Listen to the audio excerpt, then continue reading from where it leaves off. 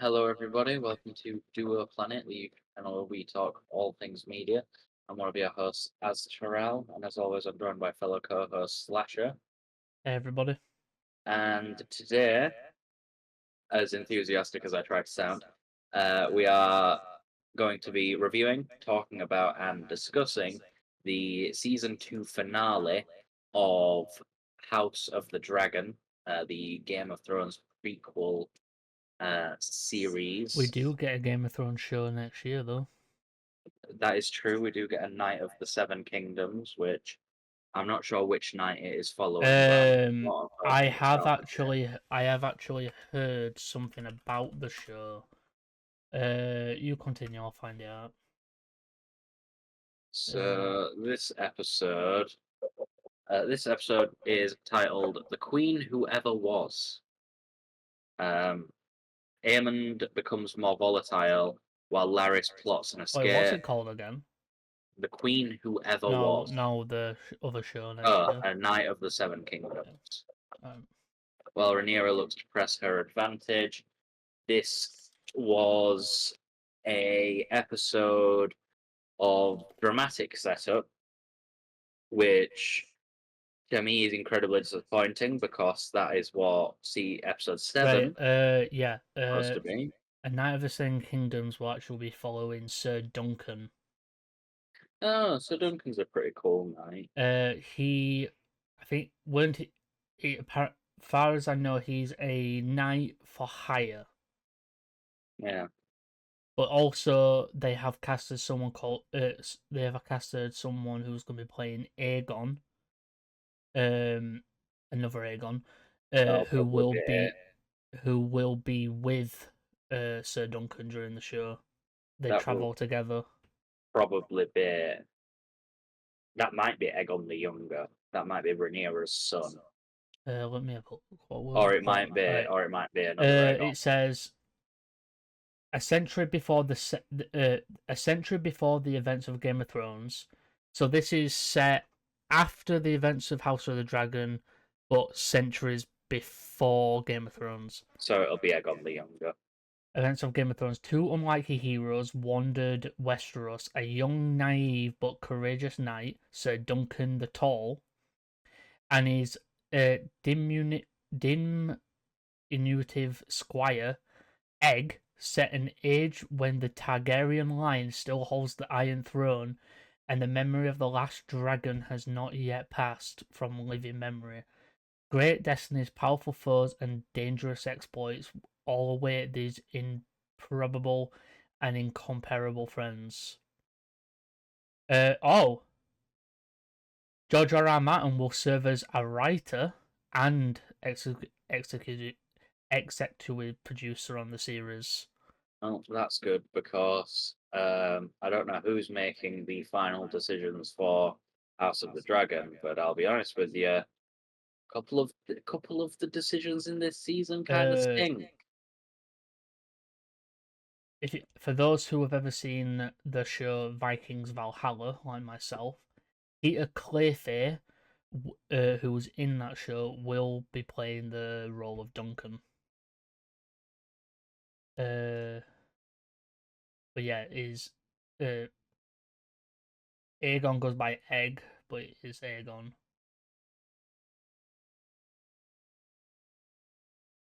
You can go. So yeah, episode 8 of House of the Dragon, um, kind of underwhelming, kind of just a little bit disappointing, especially after the sort of epic build up of episode 7, where we saw Vermithor and Silverwing get tamed.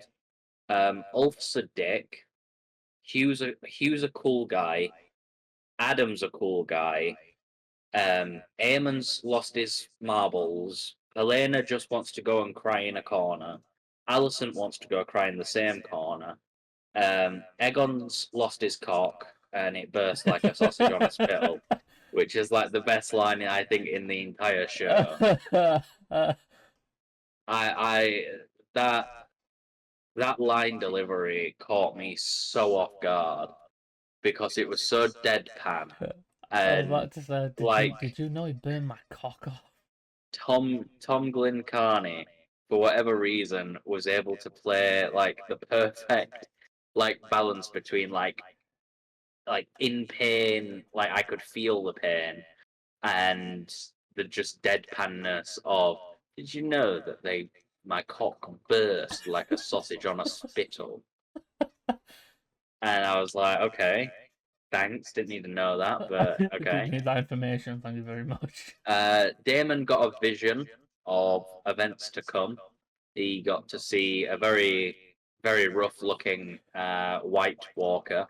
I won't call him the Night King until we know, like, for certain. It could just be a White Walker with the army of the dead. We got um, a little bit of a confusing, like, playoff from one of the recent episodes where um, Rhaenyra kisses Massaria. I think that's her name. Because she Rhaenyra goes to Harrenhal after Daemon's had the vision, and Daemon repledges himself to Rhaenyra as like a loyal, oath-sworn servant, and it just made me question like what was the point of the kiss, because like if Rhaenyra and Daemon are gonna stay together like they do in the books, what did we gain from the like tension that was built up? Also, Kristen Cole needs to die real soon. I'm getting sick to death of his attitude, even though he is dropping like pearls of like fucking one-liners. Like, what is honor if not the miss that fucking something in the morning? And it's like, whoa, cool guy. Jaceres is pouting. Nothing's changed really. He's sort of done that the entire season. But he sort of gets over it.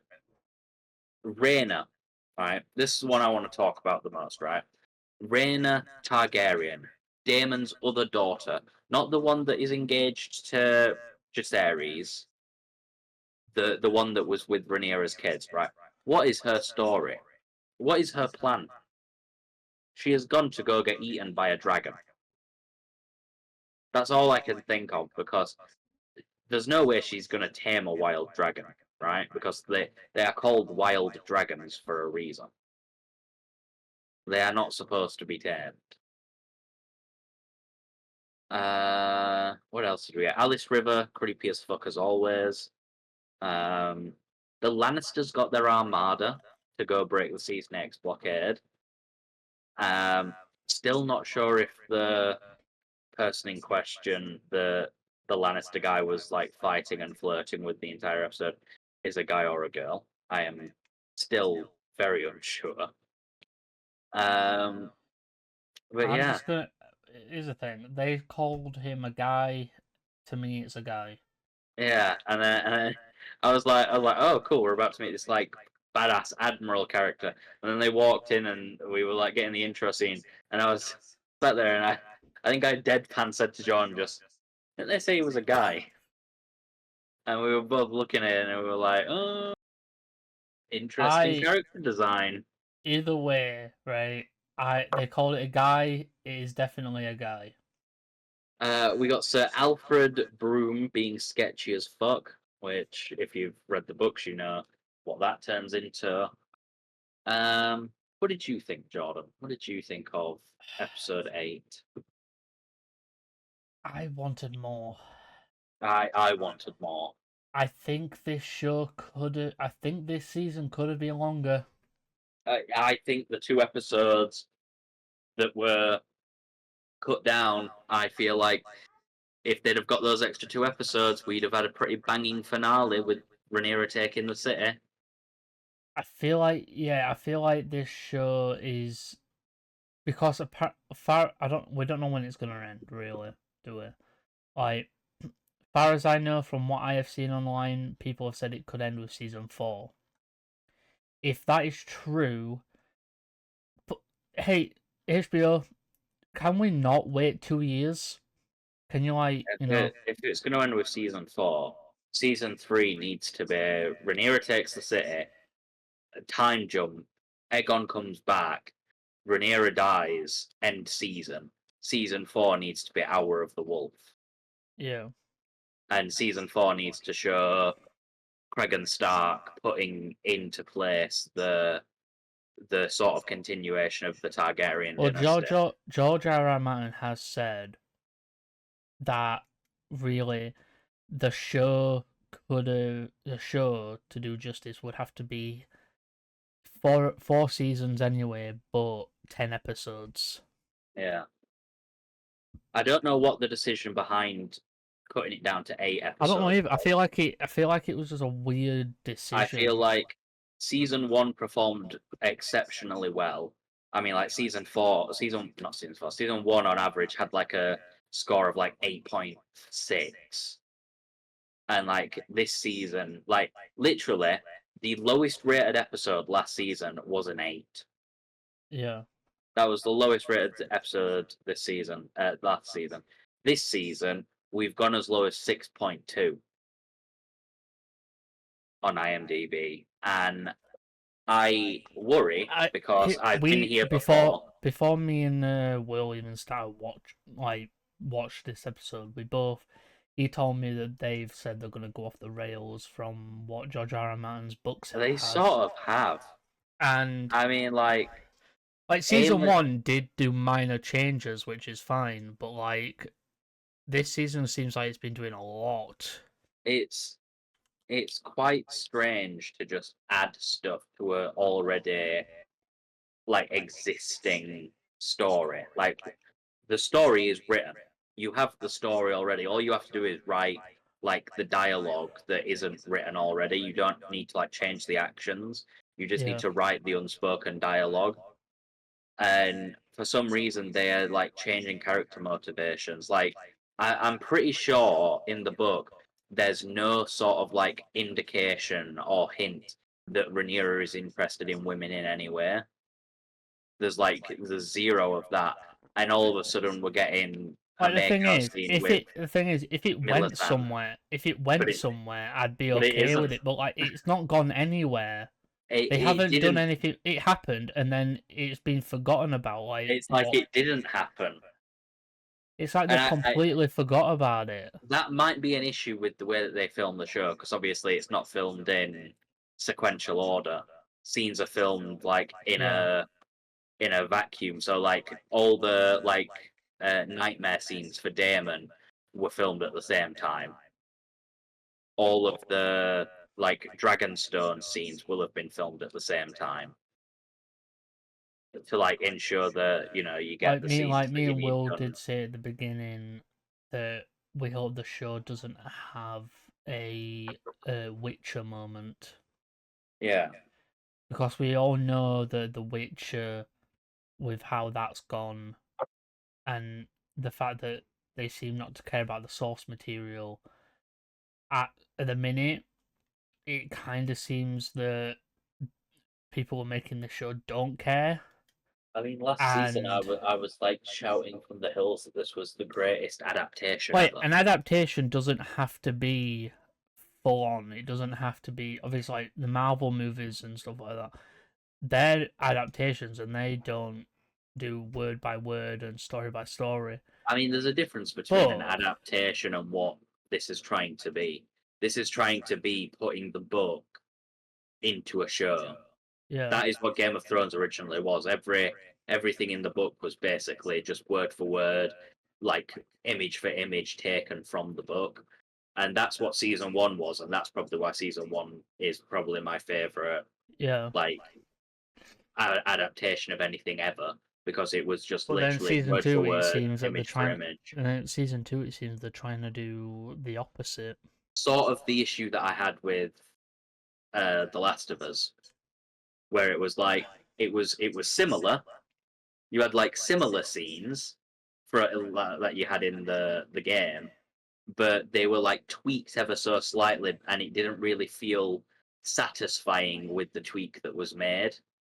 Like the fact that we didn't get the real runaway scene that you get in the game where Ellie actually runs away from the dam. because she overhears Joel and Tommy talking, and she runs away. And you've got an entire mission where you go after her, and you get that really emotional scene in the house where they make up and stuff. But you didn't really get that in the show.